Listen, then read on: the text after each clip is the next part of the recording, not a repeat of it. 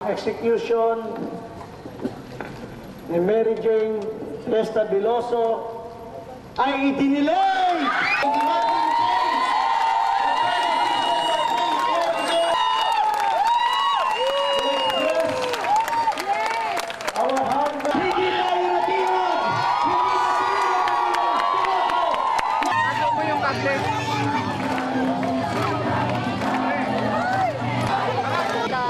Attorney Edre Olalia confirmed that the implementation of the sentence as regards to Mary Jane Veloso was suspended until and unless and until the proceedings in the Philippines against the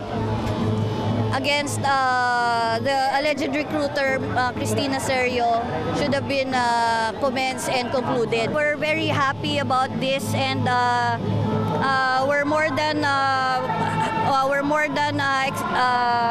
willing to push through with the case against Cristina Serio.